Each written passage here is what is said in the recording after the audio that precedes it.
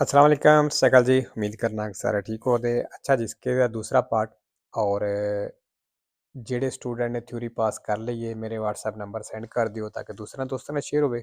ਔਰ ਬਾਕੀ ਨਵੇਂ ਸਟੂਡੈਂਟ ਵਾਸਤੇ ਇਸ ਚੈਨਲ ਉੱਤੇ ਪਤੈਨ ਤੇ ਵੀ ਦਾ ਪੂਰਾ ਕੋਰਸ ਅਪਲੋਡ ਹੈ, ਸਾਰੇ ਦਾ ਸਾਰਾ ਫ੍ਰੀ ਹੈ। ਤੁਹਾਡੀ ਤਿਆਰੀ ਇੱਥੋਂ ਬਿਲਕੁਲ ਫ੍ਰੀ ਹੋ ਜਾਏਗੀ। ਐਪਲੀਕੇਸ਼ਨ ਵੈਬ ਪਤੈਨ ਤੇ ਗੂਗਲ ਤੋਂ ਡਾਊਨਲੋਡ ਹੋਵੇਗੀ ਐਂਡਰੋਇਡ ਫੋਨ ਦੇ ਵਿੱਚ। ਔਰ ਅਗਰ ਤੁਹਾਡੇ ਕੋਲ ਆਈਫੋਨ ਹੈ ਤੇ ਫਿਰ ਤੁਸੀਂ ਆਨਲਾਈਨ ਪੜ੍ਹ ਸਕਦੇ ਹੋ ਗੂਗਲ ਤੋਂ, ਠੀਕ ਹੈ। ਤੇ ਆਰਗੂਮੈਂਟ ਕਰਿਆ ਕਰੋ ਜਿੰਨੇ ਕਰ ਸਕਦੇ ਹੋ। ਇਹਦੇ ਨਾਲ ਤੁਹਾਡੀਆਂ ਗਲਤੀਆਂ ਕੱਟਣੀਆਂ ਨੇ ਔਰ ਇਹੀ ਬੈਸਟ ਤਰੀਕਾ ਹੈ ਤਿਆਰੀ ਕਰਨੇ ਦਾ। ਚਲੋ ਜੀ, ਬਾਕੀ ਸਵਾਲ ਵੇਖਨੇ ਆ। ਸਵਾਲ number: alla guida di un veicolo, ਕਹਿੰਦੇ ਗੱਡੀ ਚਲਾ ਰਹੇ ਹੋ, in vicinanza di una piazzola di fermata di autobus, ਬੱਸ ਦੇ fermate ਦੇ ਨਜ਼ਦੀਕ, che trasporta scolari, ਜਿਹੜੀ ਸਕੂਲ ਵਾਲਿਆਂ ਨੂੰ ਲੈ ਕੇ ਜਾਂਦੀ ਹੈ। ਕਹਿੰਦਾ ਉਹਦੇ fermate ਦੇ ਨਜ਼ਦੀਕ ਗੱਡੀ ਚਲਾ ਰਹੇ ਹੋ। occorre fare attenzione ai bambini, ਕਹਿੰਦਾ ਬੱਚਿਆਂ ਦਾ ਧਿਆਨ ਕਰਨਾ ਜ਼ਰੂਰੀ ਹੈ। che potrebbero aver iniziato, ਜਿਹੜੇ ਸ਼ੁਰੂ ਕਰ ਸਕਦੇ ਨੇ, di attraversare la carreggiata ਨੂੰ ਕ੍ਰਾਸ ਕਰਨਾ, nascosti del autobus, ਜਿਹੜੇ ਬੱਸ ਦੇ ਪਿੱਛੇ ਛੁਪੇ ਹੋਣ ਦੇ। ਵੇਰੋ ਜੀ, ਅਸੀਂ ਦਾ ਧਿਆਨ ਕਰਨਾ ਕਿਉਂਕਿ ਬੱਚੇ ਅਚਾਨਕ ਬੱਸ ਤੋਂ ਜੇ ਉਤਰਦੇ ਨੇ ਇੱਕੋ ਦਮ ਦੌੜ ਲੈਣਾ ਸ਼ੁਰੂ ਕਰ ਦਿੰਦੇ ਨੇ, ਸੜਕ ਕ੍ਰਾਸ ਕਰਨਾ ਵੀ ਸ਼ੁਰੂ ਕਰ ਦਿੰਦੇ ਨੇ। 17 ਨੰਬਰ: diritto di precedenza ਖਤਮ ਹੋ ਗਿਆ। il segnale raffigurato preannuncia, ਜਿਹੜਾ ਨਿਸ਼ਾਨ ਦਿਖਾਇਆ ਗਿਆ ਦੱਸ ਰਿਹਾ sempre un incrocio, ਬਈ ਹਮੇਸ਼ਾ ਇੱਕ ਚੌਕ ਹੈ, con precedenza destra, ਜਿੱਤੇ ਸੱਜੇ ਦੀ ਪਹਿਲ ਹੋਵੇ ਦੀ। ਫਾਲਤੂ ਜੀ ਇਸ ਨਿਸ਼ਾਨ ਤੋਂ ਬਾਅਦ ਦਾਇਰੇ precedenza ਦਾ ਨਿਸ਼ਾਨ ਹੋ ਸਕਦਾ ਹੈ, ਸਟਾਪ ਦਾ ਨਿਸ਼ਾਨ ਹੋ ਸਕਦਾ ਹੈ। ਤੇ ਕਹਿੰਦਾ ਇਹਦਾ ਸਵਾਲ ਦਾ ਮਤਲਬ ਇਹ ਵੀ ਹੈ ਇਸ ਤੋਂ ਬਾਅਦ ਸੈਂਪਰੇ ਹਮੇਸ਼ਾ ਉਹ ਹੀ ਇੱਕ ਚੌਕ ਆਵੇਗਾ ਜਿੱਥੇ destra ਦੀ ਪਹਿਲ ਹੋਵੇ ਦੀ। ਫਾਲਸੋ। 18 number: il delineatore raffigurato, delineatore ਦਿਖਾਇਆ ਗਿਆ, indica ਦੱਸ ਰਿਹਾ un divieto di sosta, ਵੀ ਇੱਕ ਸੋਸਤੇ ਦੀ ਪਾਬੰਦੀ ਹੈ। ਫਾਲਸੋ। 19 number: la distanza minima di sicurezza, ਜਿਹੜਾ ਘੱਟੋ ਘੱਟ ਫਾਸਤੀ ਫਾਸਲਾ ਵੇ, se si viaggia a 50 km all'ora, ਅਗਰ ਕਹਿੰਦਾ ਤੁਸੀਂ 50 ਦੀ ਸਪੀਡ ਤੇ ਚੱਲ ਰਹੇ ਹੋ, deve essere di circa 14 metri, ਫਿਰ ਕਹਿੰਦਾ ਤਕਰੀਬਨ ਜਿਹੜਾ 14 ਮੀਟਰ ਤੁਹਾਡਾ distanza ਹੋਣਾ ਚਾਹੀਦਾ ਹੈ। ਵੇਰੋ ਜੀ, ਇਹ ਅੱਗੇ ਤਰੀਕਾਕਾਰ ਮੈਂ ਦੱਸਿਆ ਕਿਸ ਤਰ੍ਹਾਂ ਤੁਸੀਂ ਚੈੱਕ ਕਰਨਾ ਹੈ। 20 number: il sorpasso in prossimità di un 200, ਕਹਿੰਦਾ 200 ਦੇ ਨਜ਼ਦੀਕ ਜਿਹੜਾ ਓਵਰਟੇਕ ਹੈ ਇਹ consentito, ਇਹਦੀ ਇਜਾਜ਼ਤ ਹੈ। sulle strade, ਉਹਨਾਂ ਸੜਕਾਂ ਦੇ ਉੱਤੇ, a due corsie per senso di marcia, ਜਿੱਥੇ ਦੋ ਕੁਰਸੀਆਂ ਨੇ ਇੱਕ ਤਰਫ ਚੱਲਣੇ ਦੇ ਲਈ। ਵੇਰੋ ਜੀ, ਅਗਰ ਇੱਕ ਤਰਫ ਚੱਲਣੇ ਵਾਸਤੇ ਦੋ ਕੁਰਸੀਆਂ ਨੇ ਫਿਰ ਤੁਸੀਂ 200 ਦੇ ਨਜ਼ਦੀਕ 200 ਦੇ ਉੱਤੇ ਚੜਾਈ ਚੜ੍ਹਦੇ ਹੋਏ ਵੀ ਓਵਰਟੇਕ ਕਰ ਸਕਦੇ ਹੋ। ਅੱਛਾ ਜੀ, sorry.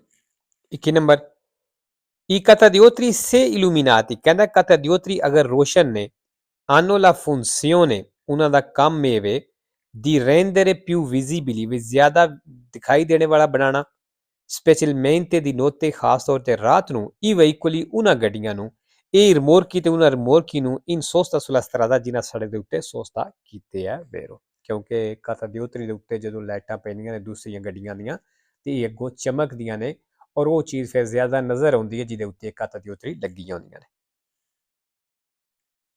22 number: assunzione di LSD o anfetamina, ਕਹਿੰਦਾ ਇਹ ਮੈਡੀਸਨ ਯੂਜ਼ ਕਰਦੇ ਹੋ, non compromette, ਤੇ ਕਹਿੰਦੇ ਇਹਦੇ ਨਾਲ ਕੰਪਰੋਮਾਈਜ਼ ਨਹੀਂ ਹੁੰਦਾ, la facoltà di guida, driving ਦੇ ਨਾਲ। ਫਾਲਸੋ ਜੀ। 23 number: quando il veicolo percorre, ਕਹਿੰਦਾ ਜਦੋਂ ਗੱਡੀ ਚੱਲ ਰਹੀ ਹੈ una curva, ਇੱਕ ਮੋੜ ਤੇ, si deve aumentare la velocità, ਕਹਿੰਦਾ ਲਾਜ਼ਮੀ ਸਪੀਡ ਵਧਾ ਲਵੋ, per evitare lo slittamento, slip ਹੋਣੇ ਤੋਂ ਬਚਣੇ ਦੇ ਵਾਸਤੇ। ਫਾਲਤੂ ਜੀ ਅਗਰ ਸਪੀਡ ਵਧਾਓਗੇ ਤਾਂ ਗੱਡੀ ਸਲਿੱਪ ਜ਼ਿਆਦਾ ਹੋਵੇਗੀ। 24 ਨੰਬਰ: ਦਾਇਰੇ precedenza ਵਾਲਾ ਨਿਸ਼ਾਨ ਹੈ, la prescrizione del segnale raffigurato, ਕਹਿੰਦਾ ਇਸ ਨਿਸ਼ਾਨ ਦੀ ਜਿਹੜੀ ਪਾਬੰਦੀ ਹੈ, se abbinato ad un semaforo, ਅਗਰ ਇੱਕ ਇਸ਼ਾਰਾ ਇੱਥੇ ਲੱਗਿਆ, vale quando, ਤੇ ਕਹਿੰਦਾ ਇਸ ਨਿਸ਼ਾਨ ਦੀ ਪਾਬੰਦੀ ਫਿਰ ਉਦੋਂ ਵੈਲਿਡ ਹੋਵੇਗੀ quando il semaforo funziona a luce gialla lampeggiante, ਜਦੋਂ ਉਸ ਇਸ਼ਾਰੇ ਦੀ ਲਾਈਟ lampeggiante ਮਤਲਬ ਪੀਲੀ ਬਲਦੀ ਬੁਝਦੀ ਹੈ ਪਈ, ਫਿਰ ਕਹਿੰਦਾ ਇਸ ਜਿਹੜੀ ਇਹ ਨਿਸ਼ਾਨ ਦੀ ਪਾਬੰਦੀ ਉਦੋਂ ਵੈਲਿਡ ਹੋਵੇਗੀ, ਲਾਗੂ ਹੋਵੇਗੀ। ਵੇਰੋ ਜੀ। 25 ਨੰਬਰ: ਅੱਛਾ ਜੀ, ਕਾਫੀ ਸਟੂਡੈਂਟ ਜਿਹੜੇ ਨੇ ਇਸ ਪਨੇਲੋ ਤੇ ਕਨਫਿਊਜ਼ ਹੋ ਜਾਂਦੇ ਨੇ। ਇਹ ਪਨੇਲੋ ਸਿਰਫ ਕੀ ਦੱਸ ਰਹੀ ਹੈ, ਫਿਊਮੇ ਆਰਨੋ, ਇਹ ਦਰਿਆ ਦਾ ਨਾਂ ਦੱਸ ਰਹੀ ਹੈ ਬਸ, ਉਹਦੇ ਦਾ ਕੋਈ ਮਤਲਬ ਨਹੀਂ।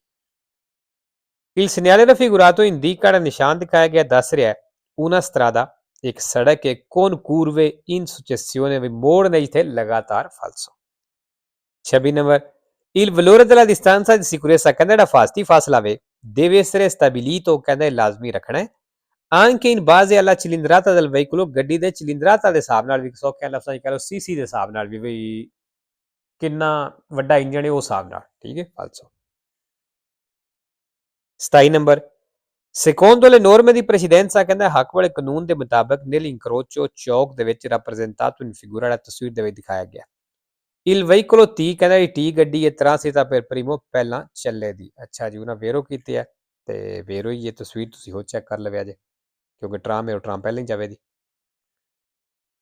28 number, sulle carreggiate, sulle rampe e sugli svincoli delle autostrade ਕਹਿੰਦਾ autostrada ਦੀਆਂ ਜਿਹੜੀਆਂ ਜਗ੍ਹਾ ਨੇ ਇੱਥੇ la sosta di emergenza ਜਿਹੜਾ emergency ਵਾਲਾ sosta ਹੈ non deve superare il tempo strettamente necessario ਕਹਿੰਦਾ ਇਹ ਟਾਈਮ ਤੋਂ ਵਧਣਾ ਨਹੀਂ ਚਾਹੀਦਾ ਇਹ non deve protrarsi comunque oltre 3 ore ਵੀ 3 ਘੰਟੇ ਤੋਂ ਅੱਗੇ ਇਹਨੂੰ ਲੈ ਕੇ ਨਹੀਂ ਜਾਣਾ। ਵੇਰੋ ਜਿਹੜਾ sosta ਦੀ emergency ਹੁੰਦਾ ਉਹ ਮੈਕਸਿਮਮ 3 ਘੰਟੇ ਦਾ ਹੀ ਹੁੰਦਾ, ਇਸ ਤੋਂ ਜ਼ਿਆਦਾ ਤੁਸੀਂ ਗੱਡੀ ਖੜੀ ਨਹੀਂ ਕਰ ਸਕਦੇ ਭਾਵੇਂ ਕੁਰਸੀਆਂ ਦੀ emergency ਉੱਤੇ ਤੁਸੀਂ ਹੋਵੋ। 29 number, causa probabile di incidenti ਕਹਿੰਦਾ ਐਕਸੀਡੈਂਟ ਹੋ ਸਕਦਾ ਹੈ dovuti alla struttura della strada ਜਿਹੜਾ ਸੜਕ ਦਾ ਸਟਰਕਚਰ ਢਾਂਚਾ ਇਹਦੀ ਵਜ੍ਹਾ ਤੋਂ può essere mancanza ਜਿਹੜੇ ਕੋਈ ਨਹੀਂ ਹੁੰਦੇ ਦੀ curve pericolose ਖਤਰਨਾਕ ਮੋੜ ਕਹਿੰਦਾ ਜਿਹੜੇ ਕੋਈ ਨਹੀਂ ਹੁੰਦੇ ਸੜਕ ਦੇ ਉੱਤੇ ਇਸ ਵਜ੍ਹਾ ਤੋਂ ਵੀ ਐਕਸੀਡੈਂਟ ਹੋ ਸਕਦਾ ਹੈ ਫਾਲਸੋ। 3 number, il proprietario di un veicolo ਕਹਿੰਦਾ ਜਿਹੜਾ ਗੱਡੀ ਦਾ ਮਾਲਕ ਹੈ ਕਿ intende demolirlo ਜਿਹੜਾ demolirlo ਕਰਨਾ ਚਾਹੁੰਦਾ ਉਹ ਰੋਤਾ ਮਾਰ ਲਓ ਮਤਲਬ ਸੁੱਟਣਾ ਚਾਹੁੰਦਾ ਤਬਾਹ ਕਰਨਾ ਚਾਹੁੰਦਾ ਆਪਣੀ ਗੱਡੀ ਭੰਨਣਾ ਤੜਾਉਣਾ ਚਾਹੁੰਦਾ ਹੈ deve consegnarlo ਕਹਿੰਦਾ ਉਹ ਭੇਜ ਦੇਵੇ ad un centro di raccolta ਤੇ per la massa in sicurezza way sicurezza ਦੇ ਲਈ ਵੇਰੋ ਜੀ।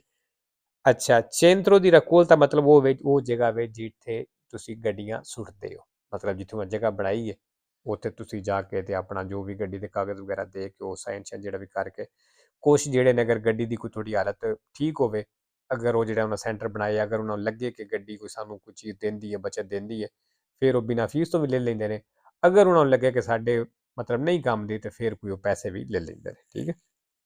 ਤੇ ਲੋ ਜੀ ਅੱਜ ਦੀ ਵੀਡੀਓ ਤੇ